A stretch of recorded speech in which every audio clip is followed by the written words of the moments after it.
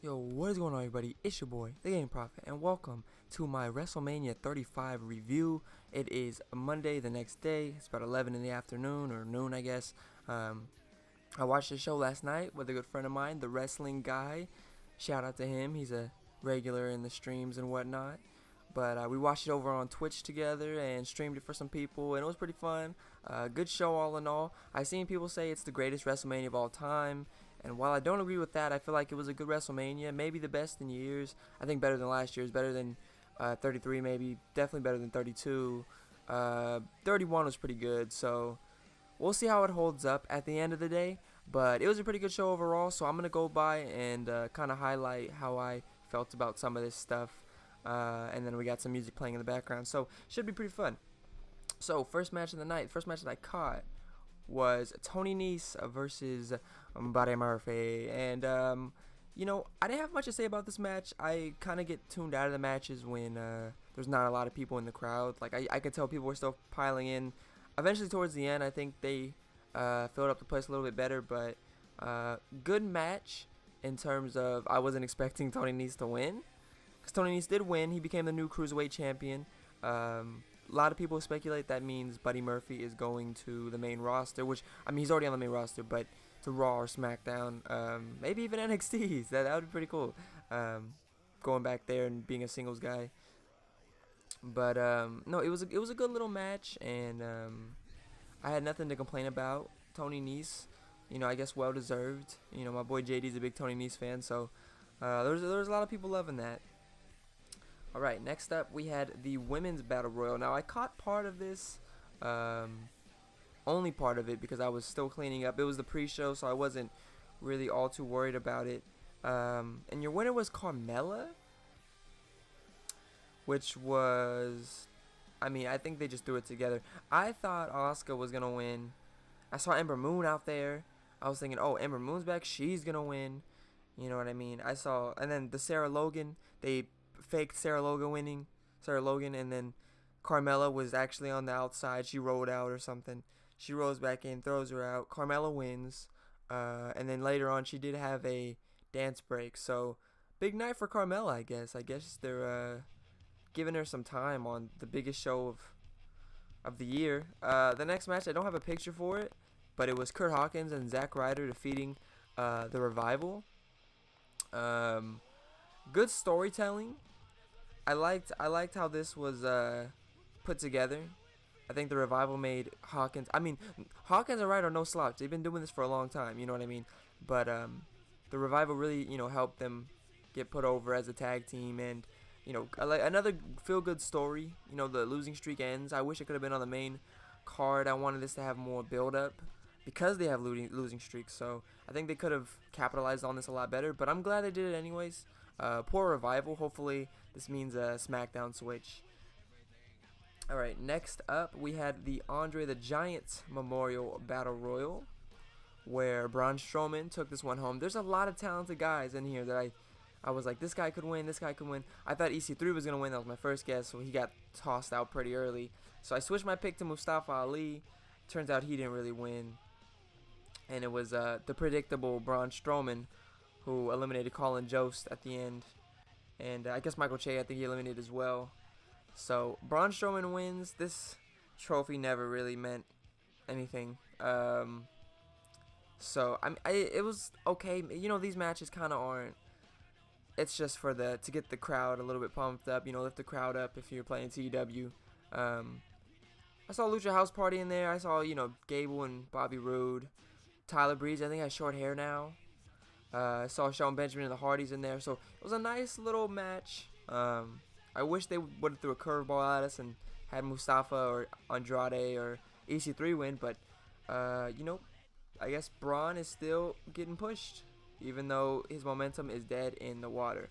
So we started off WrestleMania with Alexa Bliss, who came out and said, "I can make, you know, magic happen. It's WrestleMania. I'm the host." She snaps her finger. Here comes Hulk Hogan. To which me and Wrestling Guy had like a, oh god, kind of reaction.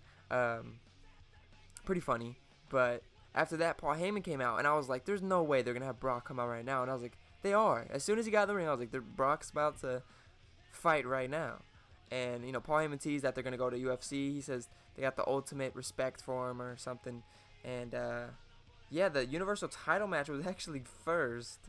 So next up we had Seth Rollins versus Brock Lesnar, and a short match, super short. This couldn't have been like 6 minutes long.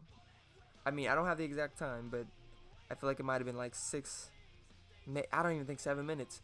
Brock got off to a hot start, was whooping his ass, and then Rollins turned the tides really quick, hit him with a low blow, hit 3 curb stomps, and that was it. Not the greatest match, but I will say I'm glad that they finally took the title off of Brock again. And they need to keep it off of him. I don't think Brock needs that title back. I don't think we need a 3-time Universal Champ Brock Lesnar. I think if he goes to SmackDown for the Fox deal, that's cool. I think if he goes to UFC, that's cool. But I think he should stay far away from Raw and that Universal title. So that match, it was okay. I won't sit here and say like it was, oh man, it was so shocking and so great. And I mean, it was shocking, but I don't think that really added to the match rating. I guess it was kind of just, I think they wanted to start the crowd off hot. It made me think some of these good endings for these matches weren't going to happen, but we'll see about that in a bit. Next up, we had Randy Orton and AJ Styles, and what I thought could have been the match of the night. I don't think it was, unless I'll have to go through the matches again. But this was a match about who built a house and who's been at the house longer. And AJ and Randy, they put on a good match. It started off slow, and I think that's a perfect way to start this kind of match. You got to pick it up anyways.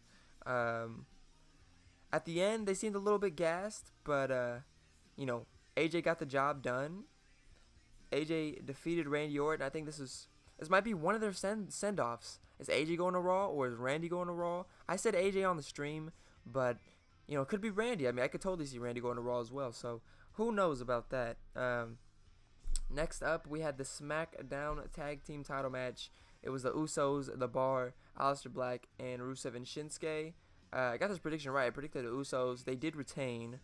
Good stuff from all of the teams. I really like Ricochet's 630. I think he executed that perfectly.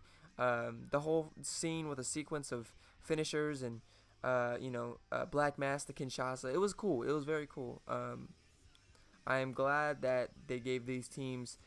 I wish there was a story behind this, but I'm glad they gave these teams a chance to shine, and I'm glad the Usos retained. So tag team title match was fairly good as well.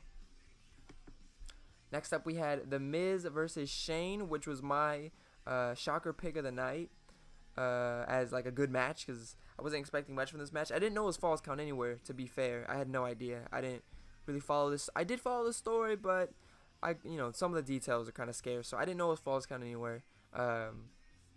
And it was a very good match because, the involvement of Mr. Miz and then going to the crowd and then eventually and finally going to the scaffold where the big spot happened. I'm sure all of you saw it on Twitter. The Miz superplexed Shane McMahon off of the scaffold onto, I'm assuming, a big giant pillow down below. The cameraman, you couldn't see from the camera angle because the cameraman was up there with them where they landed. They just looked like they just fell off the edge of the world or fell into the crowd. So pretty cool visual. I've seen some crowd shots. I believe like Johnny from NL had a cool crowd shot where, it looks like they really got messed up. But I'm pretty sure it was a safe fall. Somehow Shane lands on top of Miz somehow and gets the 1, 2, 3. I caught it. I was like, ref, Miz, Shane's on top, and here comes ref. I was like, no, I was just kidding. And yeah, I guess they had to give Shane the win. I don't know. But yeah, my shocker pick of the night for shocking match that was good, that I didn't think was going to be good, if that's an award. And yeah, Shane picked up the winner for that. Next up, we had the women's tag team match where I had my prediction right again.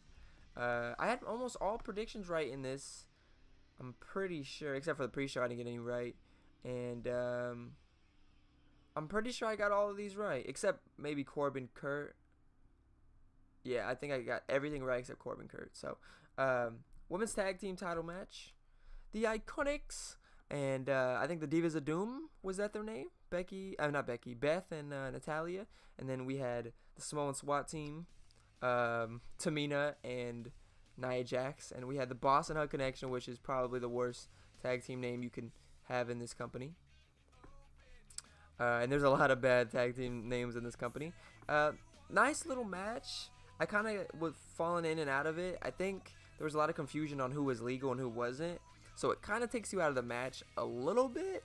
But good stuff from all the teams. You know, there was nice little spots, and the Iconics look great. I didn't know. The wrestling guy kind of acknowledged me on Peyton Royce and how long she's been in the business, and you know, and I could really see after he told me, I was like, man, she's a pretty good worker. And Billie Kay is a good worker too. I think she's really coming along.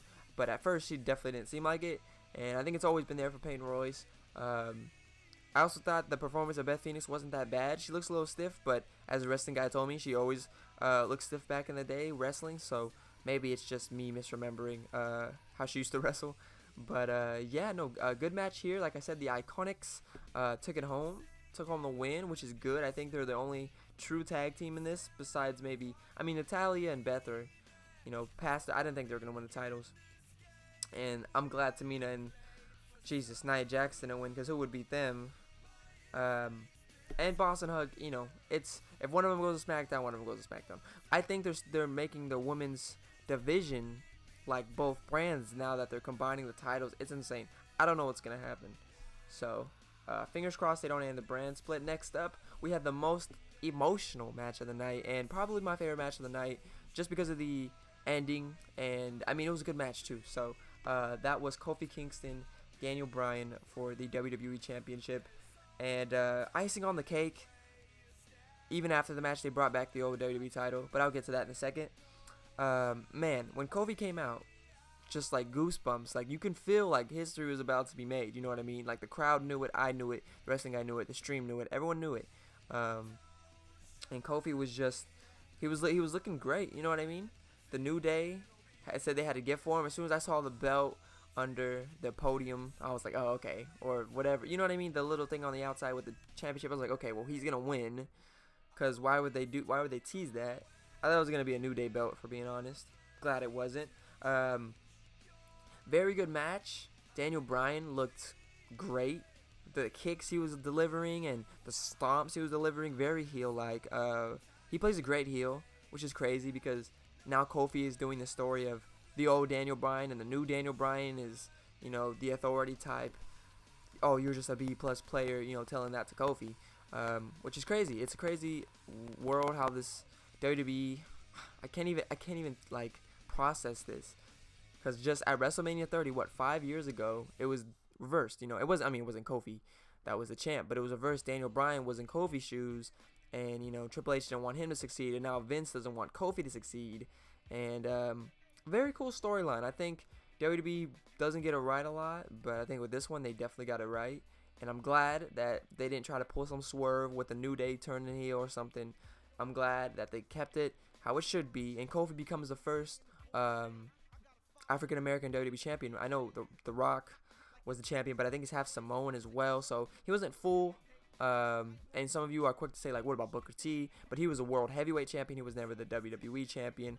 Bobby Lashley was, I think, an ECW champion, never a WWE champion. So there was a lot of close moments. You know what I mean? A lot of should have beens. But now we you know, we don't gotta wait anymore. Kofi Kingston is the WWE champion. 11 years in the making. I don't know why I said in the making. So kudos to him. Congratulations to the New Days as the new champ. Yes, it is.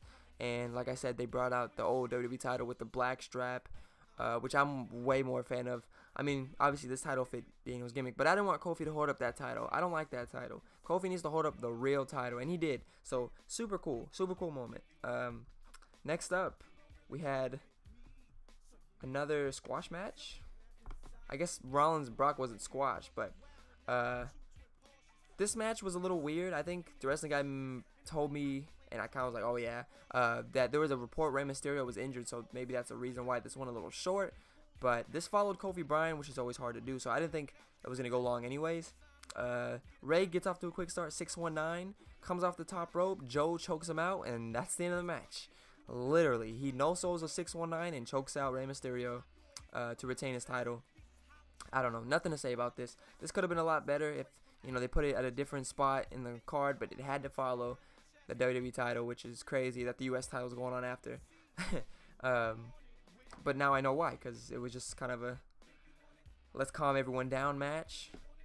And Joe looked like a monster, so I guess it's not 100% bad. Joe, Joe looked sick, so I like it. Next up, we had Roman Reigns versus Drew McIntyre. I didn't think there was. I was like, there's no way Roman's losing this. Bitter End voted for Drew McIntyre on his Twitter, and I was like, there's no way, because Roman just got back. You know what I mean? So I doubt he would lose at this first Mania back, and he didn't. It was hard to keep the crowd, into this match. They were doing the wave and they were cheering at stuff in the crowd, and I felt a little bad because this was Roman's his first match back at a Mania since the whole leukemia announcement and all that stuff. And he's a babyface, he's a huge babyface right now, so I'm surprised the crowd wasn't more behind him. They were behind him, but not as much as I feel like they might have should been, but it's okay. He defeats Drew McIntyre. Drew McIntyre did look pretty strong, though. Like I said, this match was kind of turned off the crowd. The crowd was turned off by it, and that kind of makes it harder to watch at home as well. So decent match. I mean, they had to get Roman over, so kudos to them. Next up, we had a segment between Mr. John Cena and Elias. It actually started off with Elias playing a band by himself. He was on the piano, he was, on the guitar, he was on the drums, and it gets interrupted by this black and white vignette talking about, I think it was Babe Ruth calling his shots, and cue Dr. Thugonomics music, and me and the wrestling guy lost our shit. It was cool. It was I think my favorite moment of the night, probably, next to Kofi winning, and it was just so sick. And his little rap, he called him a Shih Tzu dog, and Cena was on point with this stuff, and I'm glad they gave him something to do, because I saw an interview where he was kind of like, I'm gonna be there, but I got nothing to do, and I don't know if he knew about this back when he said that, or he really had nothing to do, because I feel like at points he really had nothing to do. I think it kind of came down to who was available to answer Elias's little thing. So very cool segment, I liked it a lot. That really put Mania over the top for me. That and a couple other things. So, speaking of what put it over the top, this next match was pretty good as well, and that was Triple H versus Batista. The entrances themselves were sweet as hell. This was Batista's last match, as he tweeted after the match, which makes me kind of sad, because now The Undertaker was left off the show, Kurt Angle had his last match on the show, and now Batista has had his last match on the show, and that really makes me sad, because that's my childhood right there. So good match, very brutal, almost like a softcore death match, because of some of these spots. I mean, Triple H ripped out Batista's nose ring. There was tools that got involved. He was trying to rip his fingers off. The announce tables were, getting brutalized, and it looked like it hurt a lot. But good match, man. Good match. I didn't get to catch the end of it. My PlayStation went out. But I kind of went back and watched the last part with the Ric Flair and the sledgehammer and all that good stuff. And I think it's a nice little, statement, because how Batista dragged Ric Flair out, and now Ric Flair, and they're all in Evolution, so it becomes full circle. Batista used to be tag champs with Ric Flair. Super cool. And I think a good way to send off Batista, I think. Now I'm like, before I was like, he looks in good shape, he should stay for like a couple more matches. And after the match, I was like, you know what? This is a good send-off. And Triple H finally got his win over Batista. So, good match. One of my, favorite matches of the night. Might have not been the best technical-wise or whatever, but very good match. Very good storytelling. Next up, well, I mean, I gave that last match so much praise. I feel like there's not going to be much for this one. I think this was more of just the moment of Kurt Angle retiring. I think people aren't going to remember how bad the match was, just that Kurt Angle retired after the match. I'm pretty sure people will remember that as a bad match, but that's because people hate Baron Corbin, and people love to, shit on Baron Corbin. And I personally think he's a good heel. Is he a good in-ring worker? He's okay. He has his good moments and bad moments. He had really good matches at NXT, and now he's grown since that, and he has to fight in a damn suit, and you guys just give him so much shit. But very good heel. He is a very, very good heel. So I think it fit rather well with him and Kurt. I'm not mad that they did the match. I would have preferred Kurt versus Cena or Kurt versus whoever, but Kurt versus Corbin, I mean, he put over the young guy. Corbin maybe gets a push after this. I know some of you guys are like, don't do that, please. But That's a WWE. He's a good heel. What can I say? So yes, Kurt Angle does retire. Pretty emotional. And then we follow that up with the co-main event, I guess, with Bobby Lashley versus the Demon, Finn Balor. It doesn't have the Demon on this picture here, but it was the Demon. The Demon came to MetLife Stadium. Looked pretty cool. Kind of another squash match. I mean, it wasn't really like a squash, but it was it wasn't very long. Finn Balor powerbombed Lashley at one point. Coup de grace, 1, 2, 3. Balor is a 2-time Intercontinental Champion. So, cool, I guess. I'm surprised this went on second to last. I think they were kind of waiting for it to be super nighttime for the Demon. How they kind of pushed Bray Wyatt and Undertaker back at 31, and it wasn't getting dark very fast, so they had to improvise, and by the time Undertaker got out there, it was still kind of light outside. So I think that's why they did that for Finn. I don't think they really look at it as the co-main event. I think they look at it as, you know, the match before. They had the big matches and the matches surrounding the big matches. So this was just a match that surrounded the big match. You know what I mean? It wasn't, to them in WWE's eyes, the co-main event. But I mean, if Lio Rush and Bobby Lashley and Finn Balor want to say they went on, you know, for the co-main, I mean, kudos to them. They actually did. So, you know, short little match here. And finally, the main event. Triple threat, winner take all, Ronda Rousey, Charlotte Flair, and Becky Lynch. Winner take all for, you know, the SmackDown and the women's title, that is. I mean, what can I say about this match? It started off super hot. It started off like, I was like, wow, this match is going to be good. Because the crowd should have been out of it. And they were out of it by the end. But they were into that beginning part. And, you know, after this extremely exhausting night that they've been through, to cap it off with the triple threat main event, I was like, I don't know how they're gonna, you know, they're gonna hold up. And they were holding up, and it went kind of slow, and it got kind of sloppy how the punches were being thrown, and obviously the ending, like the table spot, I was like, ugh. And then the ending, as you guys know, if you don't know, I think Ronda went for the Piper's Pit, and Becky reversed it into a crucifix pin, and I don't think Ronda's shoulders were on the mat for the full 3 seconds. I think at first she wasn't even on the mat, and it was very sloppy roll up. But 1, 2, 3, and it just ended abruptly. I'm glad it ended because the show was going super long, but it was a good match nonetheless. Like I said, it started off good. I think the crowd was so out of it, they probably would have helped if this match went on earlier, but you know, it was their time. It was their main event. I'm surprised Charlotte didn't win. I'm surprised they let everyone go home happy with all these finishes, because it's not gonna last for long, guys. I'm gonna tell you that. Zack Ryder and Kurt Hawkins are probably losing tomorrow night, and Becky takes home both titles. She is now, I think that was her first Raw Women's title she's ever held, and I think maybe her second or third SmackDown Women's title, which is pretty cool. So she's holding both of them. Who knows if she's going to unify them? Who knows if both women's rosters are going to combine? Who knows if the brand split is over? I don't know. I guess we'll have to see. But that makes our champions Universal, Seth Rollins, WWE, Kofi Kingston, IC, Finn Balor, US, Samoa Joe, Women's, Becky Lynch. So stacked, right? And then tag team, the Usos, Ryder and Hawkins. Stacked.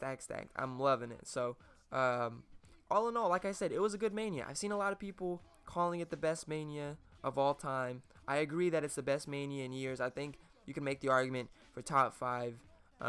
And this is just personal opinion. Everyone has their own opinion about WrestleManias. You know, my favorite was 19. A lot of people are quick to point at 17 or X7, whatever, and say that that's the best one. And that's a pretty good one. That'd probably be in the top 3 for me as well. But in terms of, you know, how I viewed WrestleMania and how high I hold it in regards, this one was good. You know what I mean? It was, I think I'm happy they went with what the crowd wanted. But there was a lot of stuff that, you know, they could have done. I think some of these matches maybe should have been swapped around, the match order and stuff. But, you know, WWE isn't perfect. If we know anything, it is that the WWE is not perfect. And I'm glad that they try to do something, you know, right for this event. So, you know, kudos to them. Kudos to everybody. I love saying kudos. Thank you all for coming out for the Twitch stream, by the way. I know we got suspended. It's only a 24-hour suspension, but I'm here. I'm still alive. I'm on YouTube. So if you guys did enjoy this video, please leave a like down on it and tell me what you thought of WrestleMania. Do you think it's the greatest WrestleMania of all time? Do you think it's top 5? Because I don't. I mean, maybe top 5, but yeah. Anyways, I'm the Gaming Prophet, and I will talk to you guys later.